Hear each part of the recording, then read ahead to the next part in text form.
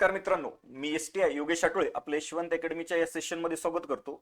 आपली कंबाईनची बघा पूर्व परीक्षा 2025 काही दिवसांवर येऊन टिपली आहे. तुम्ही खूप सारा अभ्यास केलाय, रिव्हिजन केली आहे, आयोगाचे PYQ सोडवलेत, क्वेश्चन पेपर 100 मार्काच्या सोडवलेले आहेत, फुल लेंथ 1 तासाची प्रॅक्टिस केलेली आहे. तर जो एक्झाम हॉल मधला जो 1 तास असतो ना, त्याच्या संदर्भात ते प्रश्न कसे टॅकल करायचे, त्याची आपली स्ट्रॅटेजी काय पाहिजे, याच विषयी आपण आज बोलणार आहे. तर बघा की हे मी कसं घेणार आहे, म्हणजे काय बोलत जाणार नाही. तुमच्या समोर आयोगाचे जे जुनी जी आपली कंबाईनची पूर्व परीक्षा झाली 2024 त्याची इकॉनॉमिकचे 15 प्रश्न घेतलेत. तर ह्या 15 प्रश्नांचं मी डिस्कस करत जाणार आहे प्रत्येक प्रश्नावरती, की कोणती मेथड अप्लाय करायला पाहिजे, किती वेळा सोडवला पाहिजे होतो, याच्याविषयी डिस्कस करणार आहे. तर ह्या लेक्चरमध्ये बघा की सर्वात महत्वाचं आपण काय शिकणार, तर इलिमिनेशन टेक्निक कशी वापरायची, 25 सेकंदाच्या आत उत्तर कसं काढायचं, एखादा प्रश्न तात्काळ जर असं वाटलं की आउट ऑफ सिलेबस आहे, आपल्याला सुटणार नाही, तर कसं पुढे निघून जावं, आणि एखादा माहित नसला प्रश्न तर काही लॉजिक लागतंय का, आणि त्या उत्तरापर्यंत आपण पोहोचतोय का, तर त्या प्रश्नांना कसं टॅकल करावं हे शिकणार. सर्वात महत्वाचं मी प्रश्न पुढे घेतलेत, तर हे बघा प्रश्न आहेत. तर याच्यामध्ये ना मी कोणतं अनालिसिस घेत नाहीये, नीट समजून घ्या.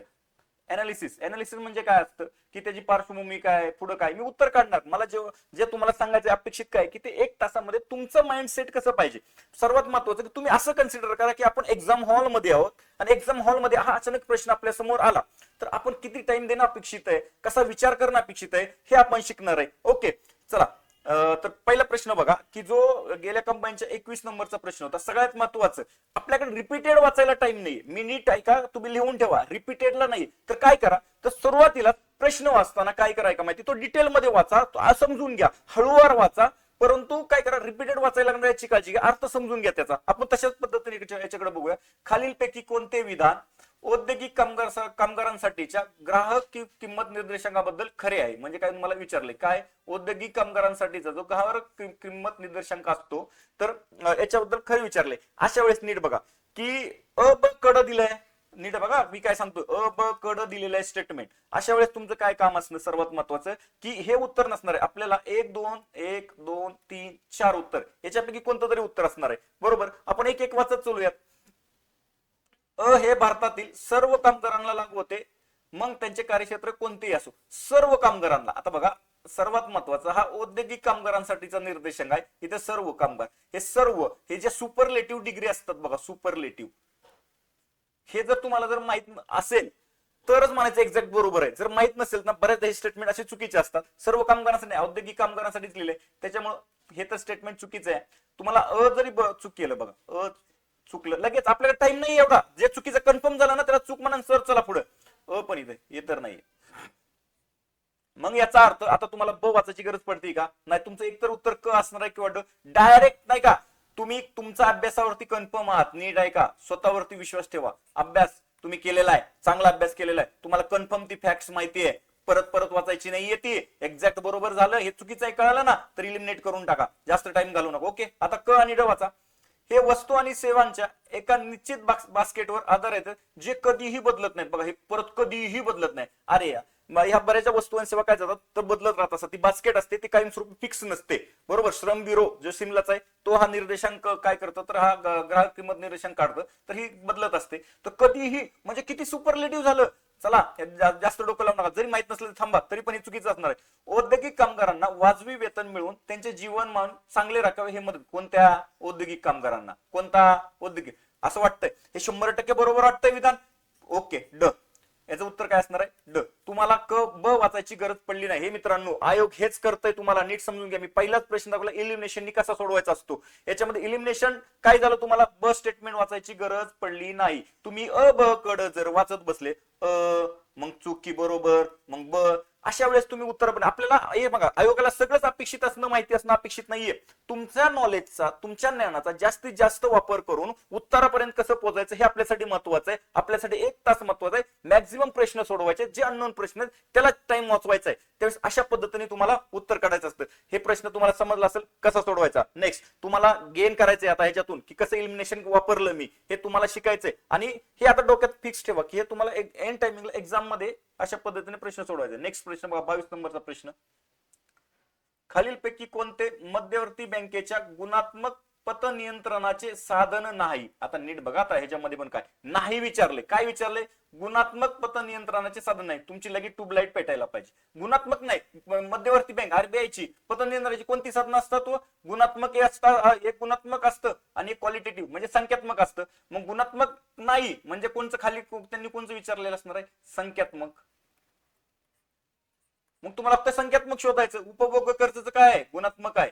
आदेशाच्या मार्फत नियंत्रण हे पण काय गुणात्मक आहे. कर्ज तारण सीमांचे नियमन हे पण काय गुणात्मक आहे. खुल्या बाजारातील ऑपरेशन, ओपन मार्केट ऑपरेशन, सरकारच्या वतीने आरबीआय काय करते? त्यांचे कर्ज रोखे विकते आणि त्याच्यातून काय करते? तर पतनियंत्रण करत असते. हे OMO ओपन मार्केट ऑपरेशन हे काय? तर संख्यात्मक साधन आहे. त्यांनी विचारलंय गुणात्मक नाही म्हणजे संख्यात्मक. याचं उत्तर येणार 4. आता हा प्रश्न नीट आहे का? असे प्रश्न येतात. हा सर सोपा आहे का? खूप सोपा प्रश्न. हे तुम्ही वाचलेलं असणं अपेक्षित आहे. याच्यामध्ये नो, तुम्हाला इथं कसली संधी नाहीये चुकायला. सगळ्यात महत्व हे चुकायला संधी नाहीये. आता सर खूप मोठा इथं फक्त काय शिकले इथं काय की गुणात्मक संसाधन नाही. प्रश्न जर तुम्ही नीटनेटका वाचला नाही तर तुम्ही गुणात्मकला टिक करणार आणि उत्तर चुकणार. प्रश्न पूर्ण वाचा. काय करा? प्रश्न पूर्ण वाचा. एकदाच वाचा, डिटेलमध्ये वाचा, प्रश्न नीटनेटका वाचा. तर नाही विचारलं होतं बरोबर. आपण त्याच्यावर मग संख्यात्मक शोधलं, उत्तर काढलं. ओके 4. नेक्स्ट कळालं तुम्हाला? प्रश्न नीट वाचायचा आहे किंवा नाही वरती. या प्रश्नात कशावरती लक्ष द्यायचंय? आहे किंवा नाही वरती लक्ष द्यायचं होतं. नेक्स्ट, खालीलपैकी 23 नंबरचा प्रश्न आहे. खालीलपैकी कोणते विधान बरोबर आहे? आता काय म्हणले? बरोबर आहे. भारतीय हस्तउद्योग विकास महामंडळाची स्थापना 1958 साली करण्यात आली. आता नीट आहे का? आता मी काय म्हणतो, बऱ्याच जणांनी कोळंबे सरांचे पुस्तक वाचलंय, वाचतात आपण कोळंबे सरांचं पुस्तक. आपण बऱ्याचदा जे राज्यसेवा करायचे जुने ना ते देसले सरांचं, पण आता नवीन जे पोरं वाचतायत ना ते देसले सरांचे. देसले सरांच्या पुस्तकात ही फॅक्ट्स आहे, कोळंबे सरांच्या नाहीये. परंतु मग एखादी फॅक्ट्स नाही आली तर काय पुस्तकं बदलायची का? नाही. एका प्रश्नाने काय फरक पडतो? नीट वाचा. पहिला पूर्ण स्टेटमेंट पहिलं वाचून घ्या. भारतीय हस्तउद्योग विकास महामंडळाची स्थापना 1958 साली करण्यात आली. अरे वाचलेला तर नाहीये हा घटक. थांबा, गडबड करू नका. बकडे शिफ्ट व्हा लगेच, टाइम नका घालू. बघा, पीएम विश्वकर्मा कौशल्य सन्मान योजना ही केंद्र शासन पुरस्कृत योजना आहे. बघा, ही जे ग्रामीण कारागीर आहेत त्यांच्यासाठी 2023 ला केंद्र सरकारने ही योजना चालू केली. हा करंटच्या संदर्भातला प्रश्न आहे, तुम्ही वाचलेला आहे. आता ही पीएम म्हणजे काय? प्रधानमंत्री. प्रधानमंत्री म्हणजे कोणते? आपले नरेंद्र मोदी. आता हे कुठले? केंद्राच्या बऱ्याचशा योजना आहेत ज्या पीएम या नावाने चालू होतात. तर ही कशी आहे? केंद्र शासित आहे का? तर तुम्हाला इथंच क्ल्यू आहे, इथंच क्ल्यू आहे, इथंच क्ल्यू आहे. म्हणजे हे तुम्हाला 100% कळालं की हे बरोबर आहे. आता अच्या स्टेटमेंट मध्ये संदर्भात तुम्ही थोडे डाऊटफुल आहेत. आता मी नीट बघा काय म्हणतो ते. अच्या स्टेटमेंटच्या संदर्भात तुम्हाला तर कळालं की ब बरोबर आहे 100%. म्हणजे तुम्हाला वरील पैकी नाही हा तर ऑप्शन येणार नाही. एक तर फक्त अ पण बरोबर येणार नाही. हे दोन ऑप्शन कटले. मी का काढतोय हे तुम्हाला सांगतोय, हे तुम्हाला वापरायचंय परीक्षेमध्ये, नीट लक्षात राहू द्या. आता अशा वेळेस ब बरोबर आणि अ ब बरोबर आहेत. नीट आहे का? आता मी काय म्हणतोय की अशा वेळेस जी फॅक्ट नीट चेक करायचं, तर अ कड स्टेटमेंट कडे जावा. अ कडे जावा की अ काय? भारतीय हस्तउद्योग विकास मंडळाची स्थापना 1958 साली करण्यात आली. तुम्हाला एकच फॅक्ट विचारली याच्यामध्ये, एकच. अशा आयोगाने हे स्टेटमेंट खूप सारं कन्फ्युज केलंय का? म्हणजे 3-4 वेळा म्हणजे एकच विचारलंय की हे स्थापना आहे का? याच्यामध्ये एकच फॅक्ट आहे. ज्यावेळेस तिथं 2, 3, 4 फॅक्ट्स असतील का नाही, त्यावेळेस त्याच्यामध्ये आयोगाला चुकवायला बरीचशी संधी जास्त आहे. अशा वेळेस तुम्ही हे चुकीच्या स्टेटमेंटसाठी जाऊ शकता. एक मी काय म्हणलं, जास्त फॅक्ट्स असतील तर तुम्ही चुकीच्या पद्धतीला जाऊ शकता की ते स्टेटमेंट चुकीचं आहे. इथं एकच आहे, इथं जास्त त्यांना चुकवायला चान्सेस नाहीयेत. ओके, ही एक दुसरी गोष्ट. ही पहिली सांगितली मी. दुसरी गोष्ट, जी अननोन असते, अननोन स्टेटमेंट आहे, तुमच्या वाचनात नाही आलेलं, तर बघा बऱ्याचदा 80-90% वेळा आयोगाचे जुने प्रश्न काढा, ते स्टेटमेंट बरोबर असतं. काय म्हणतो मी? ते स्टेटमेंट बरोबर असतं. अशा वेळेस तुम्ही ह्याला चुकीचं न म्हणता तुम्ही बरोबरला जायला पाहिजे, जायलाच पाहिजे. हे मी का सांगतो? हे माझ्या अनुभवातून सांगतोय. तुम्ही जे सिलेक्शन झालं त्या पोरांना विचारा, तुम्हाला हेच सांगतील की तुम्हाला जर तुम्हाला अ बरोबर वाटत नाही तर तुम्ही कोणत्या स्टेटमेंट बरोबर, म्हणजे अ माहिती नाही तुम्हाला, तर अशा वेळेस तुम्ही कोणत्या ह्याच्यावर जायला पाहिजे? ब 2 नंबर जायला पाहिजे का 3? तर 3 नंबर बरोबर. सर इथपर्यंत ठीक आहे. कोणाचा अभ्यास जास्त झालेला असतो किंवा कोणाला अजून लॉजिक ह्याच्या पुढचं लावायचं, नीट आहे का? की उद्योग म्हणजे ग्रामीण काय तर हस्तकलांच्या संदर्भात. तर तुम्हाला आठवतंय साधारणतः महात्मा गांधीजींची डेट 30 जानेवारी आपले राष्ट्रपिता 1948 ला झाली. त्यानंतर त्यांचा साधारणतः ग्रामीण उद्योग किंवा ग्रामीण अर्थव्यवस्था, गावाकडे चला, हे त्यांना म्हणजे पहिल्यापासून त्यांनी हे तत्व मांडली.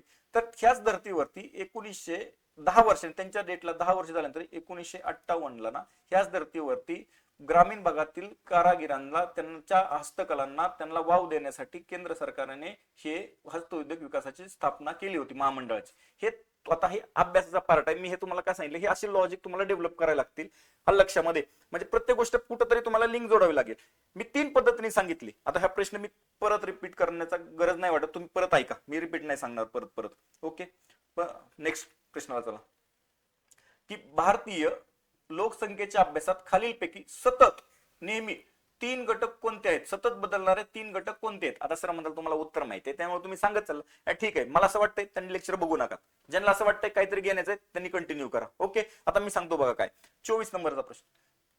याच्यामध्ये नीट बघा बरं, लोकसंख्या अभ्यासात सतत 3 बदलणारे घटक विचारले. एक कॉमन बघा इथं काय दिले त्यांनी. ही एका तासाचा पेपर आहे, ते खूप कन्फ्युज करत नाहीत तुम्हाला. तुम्हाला थोडं लॉजिक लावायचंय. जन्मदर, जन्मदर, जन्मदर. ओके, अरे यार, जन्मदर म्हणजे बर्थ रेट प्रत्येकच आलाय. सॉरी, त्याच्याबरोबर काय यायला पाहिजे मग? जन्मदरावर ऑटोमॅटिक मृत्यूदर यायला पाहिजे. बघा बरं, कुठं कुठं मृत्यूदर आहे? मृत्यूदर, मृत्यूदर, माता मृत्यूदर आहे. कन्फ्युज होऊ नका. माता, हे कट झालं, हे कट झालं. आता आता सर अब्रक मृत्यूदर आहे आणि स्थलांतर आहे, हे दोन झाले. आता बघा की त्यांना जर ना तुमच्या उत्तरामध्ये माता मृत्यूदर यायचं होतं ना, तर चाइल्ड मृत्यूदर यायला पाहिजे होता, अब्रक मृत्यूदर यायला पाहिजे होता. आपण लोकसंख्येच्या संदर्भात आपण स्थलांतर हा टॉपिक वाचतो, नीट ऐका. त्या संदर्भात आपण हा अब्रक मृत्यूदर वाचत नाही. थोडस डोक्याला ताण द्या की आपण लोकसंख्येच्या संदर्भात स्थलांतर वाचतो. स्थलांतर आपल्या एका राज्यातून दुसऱ्या राज्यात होणारे स्थलांतर. मग अशा वेळेस तुम्ही उत्तर 3 बरोबर जायला पाहिजे, नक्की 2 बरं. सर सगळेच प्रश्न ऐका, नीट ऐका मित्रांनो. तुमच्या पुस्तकातल्या प्रत्येक गोष्टी वाचलेल्या येत नाहीत. नीट ऐका मी काय म्हणतोय. 70 to 80% तुमच्या पुस्तकातलं आहे तसं येणार आहे. काही गोष्टी तुम्हाला लॉजिक प्लस तुमचं ज्ञान वापरूनच तुम्हाला टॅकल करायचंय. हा प्रश्न सोपा होता, मी म्हणतो याला अवघड म्हणत नाही. तुम्हाला कळलं मी कशा पद्धतीने उत्तरापर्यंत गेलो. पण तुम्हाला एकदा ऑप्शन बघायला लागले असते, तुम्ही डायरेक्ट स्किप करून फायदा नव्हता. ओके, कळलं तुम्हाला? नेक्स्ट. हा, आंतरराष्ट्रीय नाणेनिधी 2024 मध्ये नमूद केलेल्या माहितीनुसार जगातील सर्वात 5 मोठ्या अर्थव्यवस्था, श्रीमंत अर्थव्यवस्थांचा योग्य क्रम लावा. आता बघा नीट, इथं पण मी सांगतो टाइम कसा वाचवायचा आहे. हे लेक्चरचा उद्देशच आहे की टाइम कसा वाचवायचा आहे, उत्तरापर्यंत एक्झॅक्ट बरोबर कसं आहे. 1 नंबरला तर तुम्हाला माहिती आहे अमेरिका. बघा बरं कुठं कुठं दिले, इथं चीन दिलं, कट करा. जर्मनी कसं काय, आधी कट करा. अमेरिका ना अमेरिका, अरे चीनच्या पुढे भारत गेलाय का? नाही ना. समजा 2 नंबरला चीन आहे तर माहिती आहे उत्तर आलं. पुढची 5 लिहित बसू नका. बऱ्याचशा लोकांचा म्हणजे आपण कॉम्पिटिशन बाहेर का करतो, अरे त्यांनी 5 विचारल्या, मग अमेरिका, चीन, 3 नंबरला जर्मनी, त्यानंतर जपान, त्यानंतर भारत, आणि मग बघतो. तसं नसतं ते. पहिल्या 2 वरतीच उत्तर. त्यांनी 5 विचारले ना, फक्त 2च लागत होते उत्तर. 2, 4 नंबरचं उत्तर आले. कळालं का? टाइम कसा वाचवायचा आहे हे शिका. ओके, नेक्स्ट प्रश्न बघा. डॉक्टर विजय केळकर समितीचा अहवाल डॅश डॅशशी संबंधित आहे. मी प्रश्न का वाचतोय, तुम्ही पण अशी पद्धत एक सवय लावायला पाहिजे की प्रश्न डिटेल मध्ये एकदा वाचायचं. विजय केळकर समिती, आता ह्या इकॉनॉमिक प्रत्येक पुस्तकामध्ये सगळ्यांनी रटलेला आहे, सोपा आहे, त्याच्या शिफारशी पण पाठ केल्यात. ही कशा अप्रत्यक्ष कर सुधारणा समिती. सर लय सोपं होता, 10 सेकंदात. सीएस सर, काही प्रश्न नीट आहे का 10 सेकंदात सुटतात, ह्याला 10 सेकंदात गोल व्हायला पाहिजे. आता चुकतं काय तुमचं, नीट आहे का? प्रश्न सोपा आला, नीट आहे का मी काय म्हणतोय, प्रश्न सोपा आला, खूपच सोपा होता ना, सोपा आला. मग अशा वेळेस तुम्ही काय करता माहितीये का, 1 मिनिट, उत्तर लगेच काढता आणि लगेच गोल करायला जाता. चुकतं कुठं आता आहे का माहिती? सोपा प्रश्न, जास्त एक्साइटमेंट, ओव्हर एक्साइटमेंट, याच्यामध्ये उत्तर असतं 2. उत्तर असतं 2. तुम्ही काय करता एक माहिती, 1 मिनिट, उत्तर असतं 2, तुम्ही क्लिक करता 3 ला. काय करता? 3 ला गोल करता. 1 2 3 4, काय म्हणलं मी तुम्हाला, 3 ला गोल करता आणि चुकून येता. प्रश्न सोपा होता, जास्त एक्साइटमेंट, ओव्हर एक्साइटमेंट, म्हणून जिथं प्रश्न सोपा आहे तिथं थोडासा नॉर्मल पॉज घ्यायचा. कितीचा? अर्ध्या सेकंदाचाच. अर्ध्या सेकंद. किती आहे इथं? 2. इकडं बरोबर 2. मी हे का सांगतोय, हे रिपीट करा, हे खूप महत्वाचं आहे. अर्ध्या काही 0.25 वर नाही, 0.10 वरती कॉम्पिटिशन आहे आज, बरोबर. त्याच्यामुळे ह्या गोष्टी लक्षात ठेवायच्यात.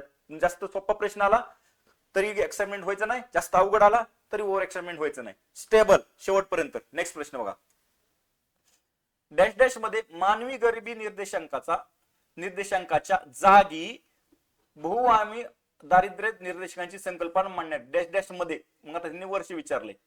आता बघा नीट आहे का, तुम्ही जर अर्धाच प्रश्न वाचला, आयोग कसं फसवतोय बघा.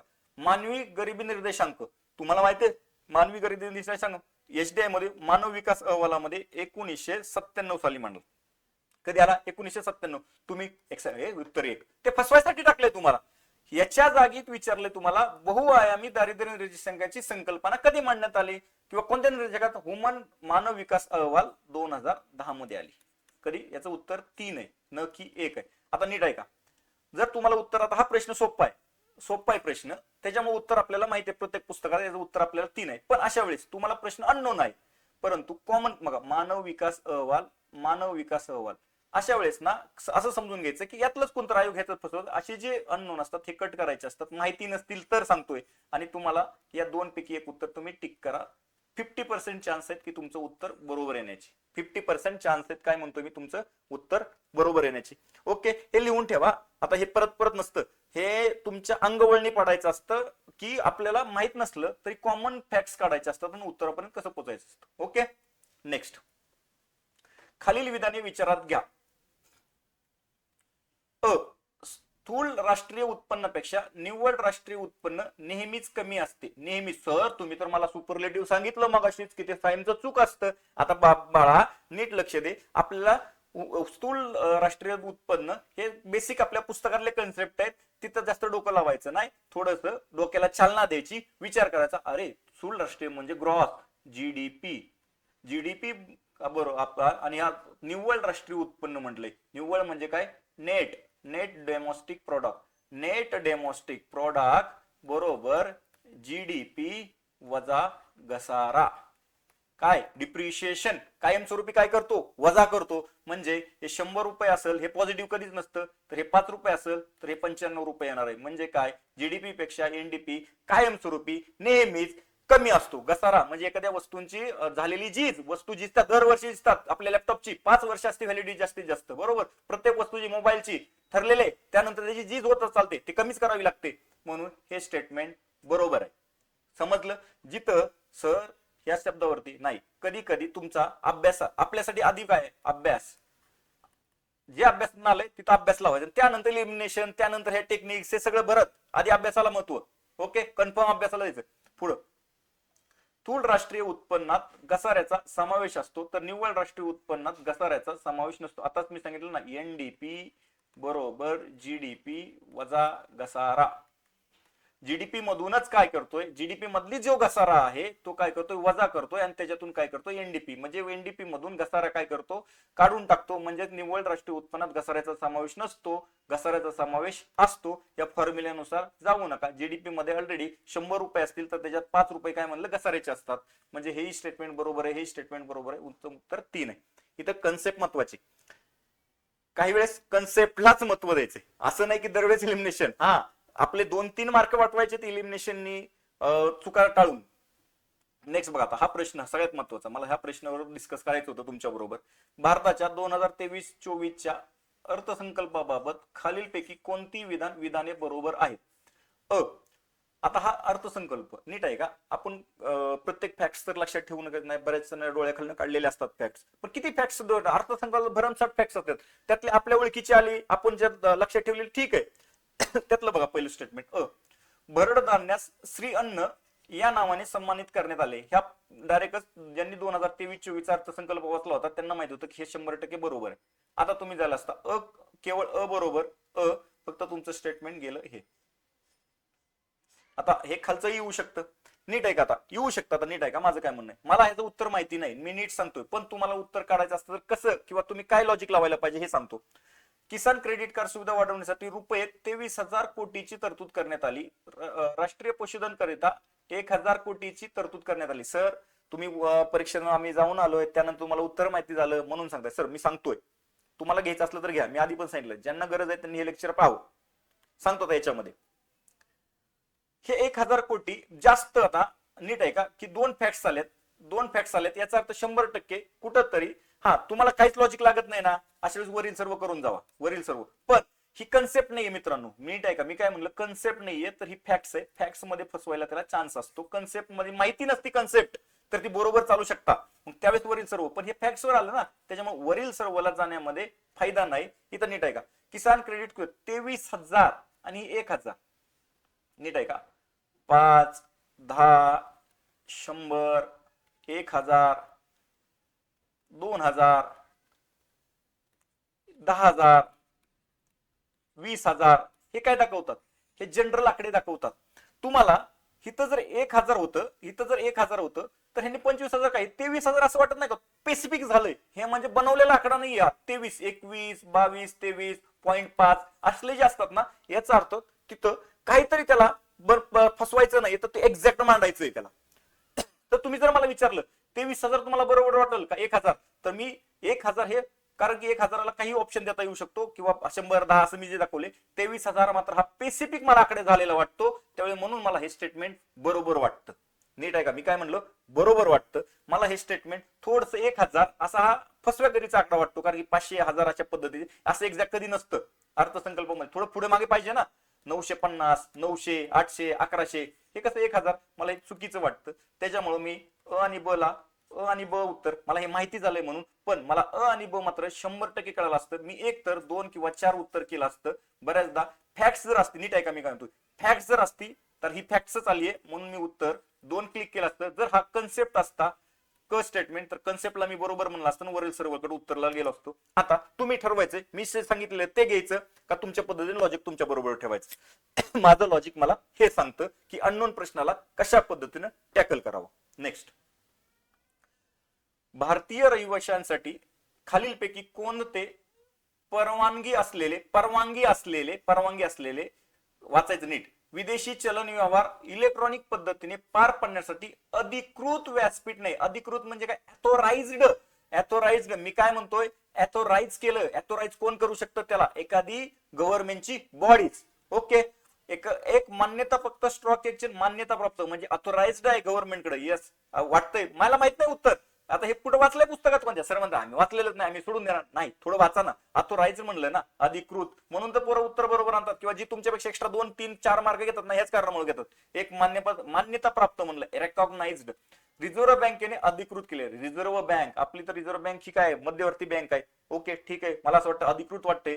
फॉरेस्ट ट्रेडिंग देणारे कोणतेही ऑनलाईन व्यासपीठ परकीय चलन व्यवस्थेत भारतीय रिझर्व्ह बँकेने प्राधिकृत केलेली बँक, त्यांनी नाही विचारले. बघा, मी तुम्हाला इथं सांगतो परत स्टेटमेंट केले, मान्यता प्राप्त आलं, आरबीआयचं अधिकृत आलं, रिझर्व्ह बँकेने प्राधिकृत केलेले, आणि कोणतेही, तिथं कुठं आलं, any online platform offering forest any, म्हणजे तुम्हाला सांगा की परकीय चलन मिळवायचे, आरबीआयचं परकीय चलनावरती नियंत्रण असतं. बरोबर, हे तुम्ही शिकलाय, आपण शिकतोय. दररोज ते साठा परकीय चलनाचा कितीने कमी झाला, काय झाला, याचं काय असतं, तर ते आकडेवारी जाहीर करतात. अशा वेळेस मला हे सांगा की हे ऑनलाईन प्लॅटफॉर्म ज्याला कोणती एनी, अशाला आरबीआय परमिशन देईल का, किंवा हे अथोराइज असू शकतं का, नाही. याचं उत्तर 3 आहे. थोडासा प्रश्न आपल्या आउट ऑफ सिलेबस म्हणता नाही येणार, लॉजिकली आपण जे चालू घडामोडी वाचतोय, जे आजूबाजूला घडतं त्याच्यावरती हा प्रश्न आहे. याचं उत्तर 100% 3 बरोबरच यायला पाहिजे, जरी तुमच्या पुस्तकातला हा प्रश्न नाही नसला तरी. ओके, नेक्स्ट प्रश्न. मी प्रत्येक वेळेस काही ना काही सांगत चाललो, तुम्ही ते नोट करायचे. एक, भारतीय राष्ट्रीय कृषी विपणन संस्थेचे मुख्य उद्दिष्ट कोणते. मेन ऑब्जेक्टिव्ह, ज्यावेळेस मेन हा निश्चित, जर तुम्हाला असं जर प्रश्न आला असता संस्थेचे उद्दिष्ट कोणते, तर बरेचसे उद्दिष्ट असतात. एकच वेळ, सॉरी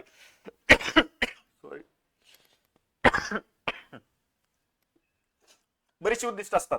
त्यामुळे ज्यावेळेस तू अजून स्पेसिफिक प्रश्न करतो मुख्य, त्यावेळेस मला असं म्हणायचंय की याच्यामध्ये जास्त उद्दिष्ट यायला नाहीत पाहिजे, स्पेसिफिकच उद्दिष्टाला जायला पाहिजे.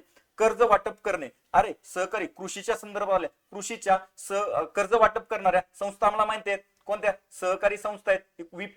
विपणन म्हणजे काय, घेणं विकणं अशा पद्धतीने, म्हणजे काय, कृषीचा, शेतकऱ्याचा मालाचं काय करणं, स्टोरेज करणं, त्याचा विकत घेणं, त्यांना वाजवी किंमत मिळवून देणं, त्यांच्यासाठी आहे. बरोबर, ही कृषी विपणन सहकारी संस्था.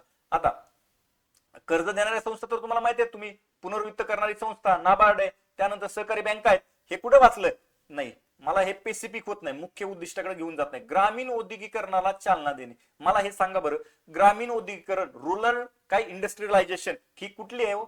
आपल्याकडे 3 आपण क्षेत्र शिकतो, काय? कृषी, औद्योगिक, सेवा. हे कृषी, हे आलंय औद्योगिकरण, याचा काय संबंध आहे? ह्याला डायरेक्ट डिलीट मारा, ह्याला डायरेक्ट डिलीट मारा.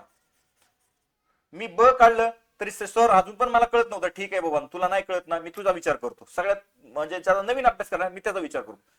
कृषी मालाचे सहकारी तत्वावर विपणन करण्यात प्रोत्साहन देणे. अरे काय रे सहकारी? कशाचं? कृषीचं. हेच आहे ना कृषी.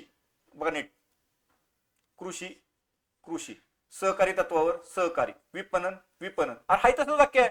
100% उद्दिष्ट, मुख्य उद्दिष्ट हे 100% बरोबर आहे. कट कर, कट कर रे, चल. अ आणि ब. आता राहिला ब, ग्रामीण औद्योगिकरणाला चालना देणे. नाही, औद्योगिकरणाचा काय संबंध आहे? आणि मी काय म्हणतोय, मुख्य उद्दिष्ट स्पेसिफिक करतं. स्पेसिफिक जास्त नसणार आहे, एकच असणार आहे. त्याचं उत्तर क. अरे कळलं का? घ्या रे, शिका रे तुम्ही हे. मी काय म्हणतो हे तुम्हाला, की ज्याला हे जमतं ना ते एक्झॅक्ट अ ब कडला घाबरायचं नाही. एक्झॅक्ट तुम्हाला जे अगोदर 100% बरोबर दिसतंय त्याच्यावरून उत्तरापर्यंत एलिमिनेट करायचं, उत्तरापर्यंत पोहोचता. हे मुख्य उद्दिष्ट तुम्हाला आजपर्यंत कोणी सांगितलं नसेल, तुम्हाला वाटलं उद्दिष्ट आहे. अरे मुख्य ज्यावेळेस म्हणतो ना, तो स्पेसिफिक करतो प्रश्नाला, एकच असणार, ते जास्त नसणार. मुख्य, मेन ऑब्जेक्टिव्ह. नेक्स्ट प्रश्न, भारतीय अर्थसंकल्पाचा खालीलपैकी कोणते विधान बरोबर आहे? संकल्प, भारतीय अर्थसंकल्पाचा दस्तऐवज एकूण जमा खर्च दर्शवतो. एकूण जमा किती झाल्या त्यावर आणि एकूण खर्च किती. 100% बरोबर आहे. मी अ बरोबर म्हणतो. हे चल कट कर, चल कट कर. मी टाइम नाही घालवायचा, मला फास्ट सोडवायचंय. मला 25 सेकंदात उत्तरापर्यंत जायचंय ना. मग अ बरोबर. आता मला काय, एकतर ब वाचायचंय किंवा ब असणार आहे, किंवा इकडे काय वरील सर्व कधी असेल, ज्यावेळेस वरील सर्व कधी हे उत्तर असणार आहे किंवा हे. तर मला क किंवा ड जर बरोबर दिसलं तर उत्तर हे असणार आहे, नंतर हे. आता मी डायरेक्ट क वाचतो. भारतीय अर्थसंकल्पाचा दस्तऐवज प्राथमिक तूट, प्रायमरी डिफिशियंट दाखवतो का? परिणामकारक, इफेक्टिव्ह महसुली तूट दाखवतो. उत्तर डी. वाचू नका, मी म्हणतो 1 आणि ड दोन स्टेटमेंट वाचा. 20 ते 25 सेकंदात तुम्हाला उत्तर निघून जाईल. 4 वाचत बसला, कन्फ्युजन ही कन्फ्युजन. अरे हे कहे. अरे तसं नको ना करू. एक्झॅक्ट आधी डाटा वापर ना तुझा, तुझे वाचलंय ते एक्झॅक्ट बरोबर तुला वाटतं ते. माहितीला आपल्या महत्व द्या अगोदर, स्वतःवरती विश्वास ठेवा. नेक्स्ट प्रश्न, जोड्या जुळवा. क्रांती आणि उत्पादन. हरित क्रांती कशा रे? अन्नधान्य. आता 4 लावत बसायचं का? मी हिकडू लावतो. सर सोनेरी क्रांती, सोनेरी क्रांतीला मी निळी क्रांती आपली मत्स्य उत्पादन. सर मला माहिती आहे सोनेरी क्रांती फळांचं उत्पादन, पिवळी क्रांती तेलबियाचं. आणि मी एक एक एक शोधत बसून सर उत्तर 3 आहे. अरे असं नसतं दाद्या, नीट शिक माझ्याकडून. जोड्या जुळवा, क्रांती, हरित क्रांती, अन्नधान्य. अ च 3, अ च हे कट झालं, अ च कट झालं, उत्तर 3 डायरेक्ट गोल करून टाक. सर हे वाचायचं का? अरे का वाचायचं? हे का वाचायचं? अरे मला एक्झॅक्ट उत्तर मिळालं ना, संपला विषय. नवीन पोरांनी तरी शिकून घ्या, पुढे वाचत बसायचं नाही. एक्झॅक्ट एकदा कळलं, पुढे वाचत बसायचं नाही. म्हणून आपल्याला जे सर इथं हे माहित नसतं तर अरे कुठं तरी आलं असतं ना ह्यातलं, मग ह्यातलं एक्झॅक्ट उचललं असतं, मग त्याच्यानं गेलो असतो. जे माहिती आहे ना त्याच्याकडे घुसायचं अगोदर. कळलं? नेक्स्ट प्रश्न,